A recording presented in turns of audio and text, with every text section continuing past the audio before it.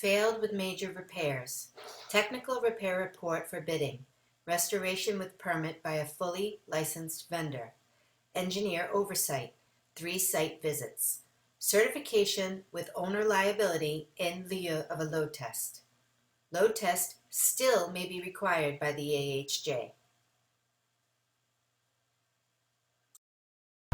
So fire escape engineers inspect a summary video here this in Boston. Here is the front fire escape. The fire escape, as you can see, must be structurally sound, must be kept painted. So there's more paint than rust. So a spot paint will help this fire escape pass inspection. Older than 1978, so it's presumed to have lead paint. So EPA rules do apply. Number 2, it must be structurally sound. Currently, it is not structurally sound. I'll point out a few areas of concern. For example, right here in this corner has got rust jacking. And this is cast iron and rust jacking here. It's got cast iron and rust jacking there. And in that area there is the photographs that I took. The decorative cast on the front is popping. All original hardware. And then this corner, same thing. All that is popping. As you can see there, if I was to zoom in.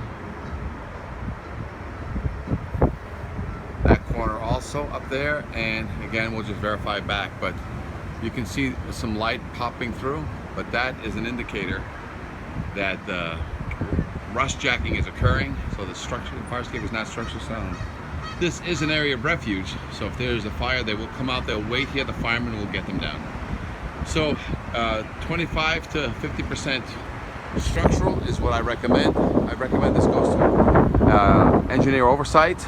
It is a restoration more than it is a repair, because some of this is period pieces, so some of this will have to be reconstructed or remade, utilizing some cast, some steel, or a combination of the two, so that you maintain the period piece.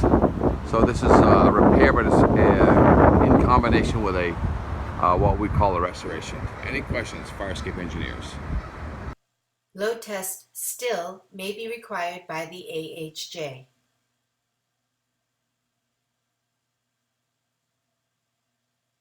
Failed with major repairs.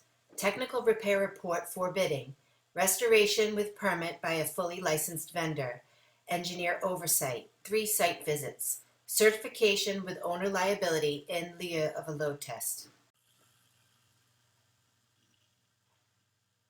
Fire escape issues. Photos represent what the violations are, not where they are or how many exist. Pass-fail inspection, not technical repair report.